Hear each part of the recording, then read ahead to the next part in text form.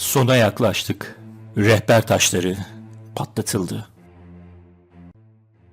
Amerika'da kimin tarafından yaptırıldığı bilinmeyen ama küreselcilerin manifestosu olarak kabul edilen, üzerinde dünya nüfusunu 500 milyonun altında tut yazılı Georgia rehber taşları anıtı kimliği bilinmeyen kişilerce bombalandı.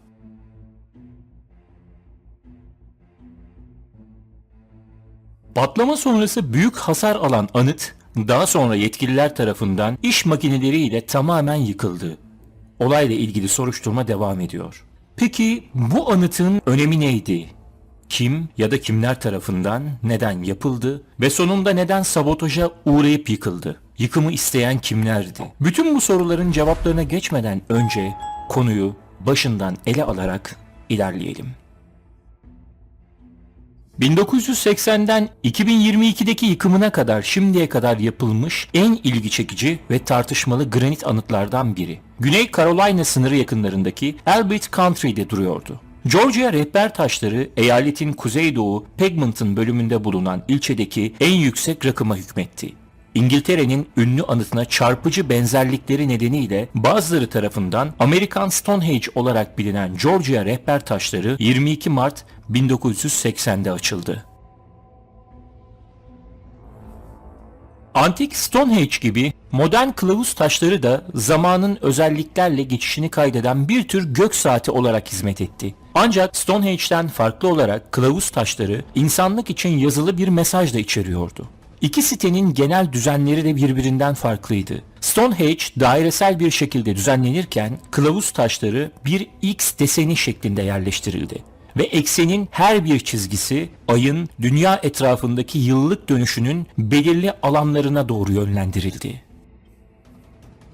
Rehber taşlarının gizemli kökenleri 1979 yazına kadar uzanıyor. Kendisini R.G. Christian olarak adlandırılan bir adam hem bir anıt için tasarımını yürütmek hem de yapımı için uygun bir yer bulmak üzere Alberton'a gelir. Bu adam kendi inançlarını ve projeyi planlayan ve finanse eden kuruluşun inançlarını temsil ettiği için seçilen bir takma ad olduğunu itiraf eder. Bugüne kadar Christian'ın gerçek adı ve örgütünün gerçek kimliği bilinmiyor. Christian bol miktarda granit kaynağı, peyzajın kırsal doğası ve nispeten ılıman iklimi nedeniyle Albert ilçesini seçtiğini ve atalarının bir kısmının bir zamanlar bu bölgede yaşadığını iddia etti.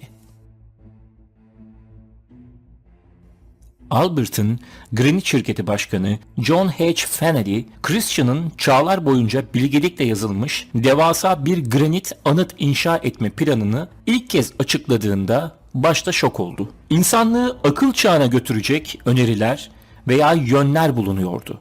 Christian ayrıca Granite City Başkanı Wyatt C. Martin'e de ülkedeki diğer koruma fikirleri gruplarından daha sonra merkezi yapının etrafına bir dış halka oluşturmak için daha fazla taş dikeceği umudunu bildirdi. Martin'e anıtın kırsal bir alanda kalabalıktan ve turistlerden uzakta dikilmesini istediğini de söyledi.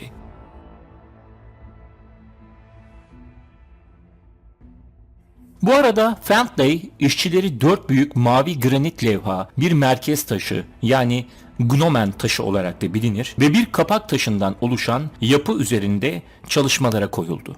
Sonunda tamamlandığında monolitik yapı 119 ton ağırlığında ve 951 metreküp granit içermekteydi. Yapı ayrıca her biri ortalama 4 inç yüksekliğinde 4000'den fazla kumlanmış karakter ve harfi destekledi.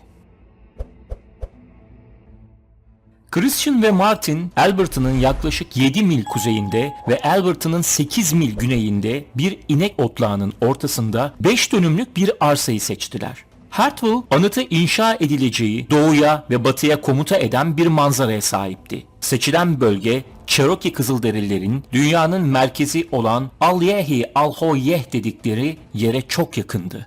Kılavuz taşlarının üzerinde durduğu arazi Albert ilçesine aitti.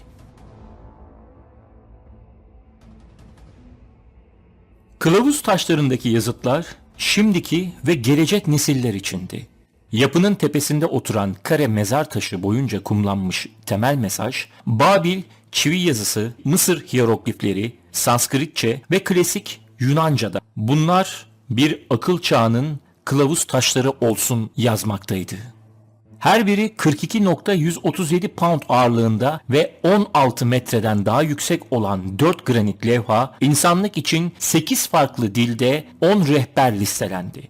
4 ana taş, üzerinde temsil edilen diller Arapça, Çince, İngilizce, Hintçe, İbranice, Rusça, İspanyolca ve Swahili'ydi. Oyulmuş mesajlar 4 ana alanı ele aldı: yönetim ve bir dünya hükümetinin kurulması, nüfus ve üreme kontrolü, çevre ve insanlığın doğa ile ilişkisi ve maneviyat.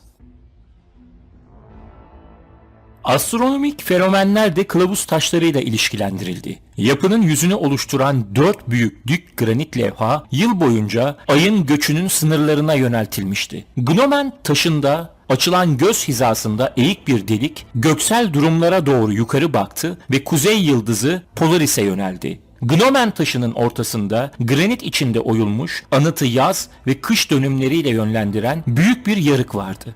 Kılavuz taşları da muazzam bir güneş saati görevi görmekteydi. Kapak taşından delinmiş öğlen saatinde Gnomon taşının güney yüzünde güneş ışığının parlamasına izin veren 7-8 inçlik bir delik vardı.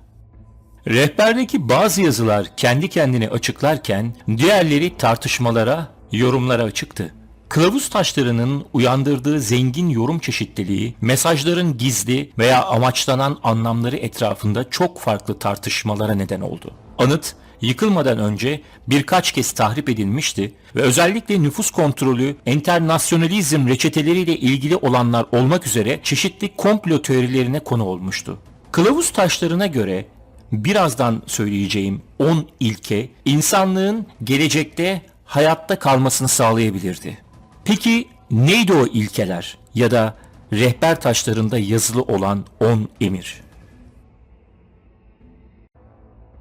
İnsan nüfusunu daima doğa ile uyumlu olarak 500 milyonun altında tut. Farklılığın ve uygunluğun gelişiminin çoğaltılmasını bilgece idare et. İnsanlığı yaşayan yeni bir dil ile birleştir. Tutku, inanç, gelenek ve her şeyi yönet. İnsanları ve ulusları adil yasalar ve sadece mahkemelerle koru.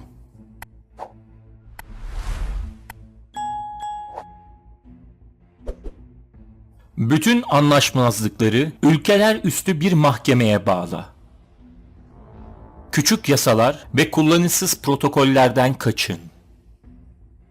Kişisel hakları sosyal görevler ile dengele. Gerçeği, güzelliği, aşkı sonsuzlukla ahenk kurma arayışı ile takdir et. Dünyada bir kanser olma, doğaya yer bırak, doğaya yer bırak. İlkelerin birincisinde insan nüfusunu 500 milyonun altında doğayla değişmeyen bir dengede olacak şekilde sabit tut yazar.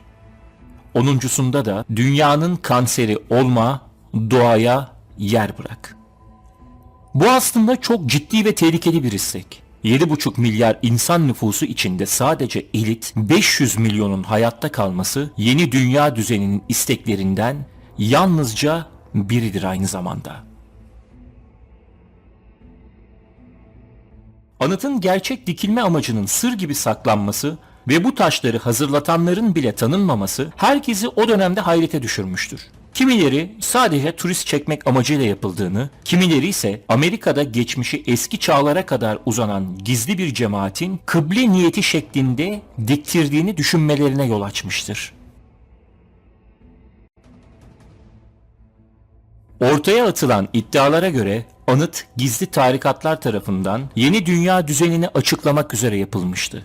Başka bir iddiaya göre anıt diyalogçu Hristiyanlar ve Gül-Haç kardeşliği tarafından yaptırılmıştı. Yoko Ono anıttaki yazılarla ilgili olarak rasyonel düşünce ile karışık çağrısı ve Deccal'in 10 emri demişti. Kılavuz taşlarıyla ilgili tartışmalar 2012'de baş gösterdi. Mayıs ayında Cumhuriyetçi vali adayı Candace Tyler siteyi şeytani olarak kabul etti ve seçildiği takdirde yürütme emriyle imha etme sözü verdi. Daha sonra bu davranışıyla sosyal medyaya gösterilen ilgi, alanjenik Hristiyanlar ve sınır komplo teorisyenleri arasındaki rehberlerle olan ilgi yeniden arttı. 6 Temmuz 2022 sabahının erken saatlerinde bir patlama anıtın bir bölümünü tahrip etti. Yerel ve eyalet polisi olay yerinde bir bombanın kanıtını keşfetti ve patlamanın kamera görüntülerini yayınladı. Georgia Soruşturma Bürosu kamu güvenliği endişelerini gerekçe göstererek o günün ilerleyen saatlerinde kılavuz taşlarını yıktı. Soruşturma devam ediyor. Fakat bombalama olayını gerçekleştiren zanlı bulunamadı. Bütün bu olanlar acaba bazı şeylerin bitişi ile yeni şeylerin başlangıcı mı? Yapay et için dünya ülkelerinin baskısı ve kurulan fabrikalar, toplu hayvan ölümleri, yakılan ekinler, tarlalar, gıda kıtlığı başlıyor olması ve insanların bu yapay suni gıdalar ile beslenmeye zorlanması. Hepsi büyük koca bir planın ufak parçaları mı? İnsanlık gerçekten bunun bilincinde olup bir başkaldırı için mi bu anıtları patlattı?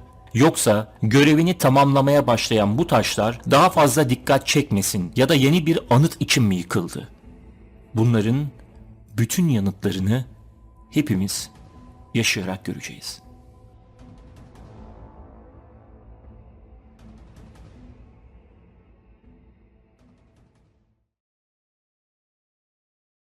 Videolarımızın devamı ve kanalımızın gelişmesi için abone olmayı unutmayın. Ayrıca Facebook ve Instagram sayfalarımıza da abone olup pek çok farklı, gizemli konuları bulabilirsiniz. Kanalımızı desteklemek ve araştırmalarımız için katıl butonu ile size uygun üyelik paketini seçip özel avantajlardan da yararlanabilirsiniz. Gizemli konularda görüşmek üzere. Hoşça kalın.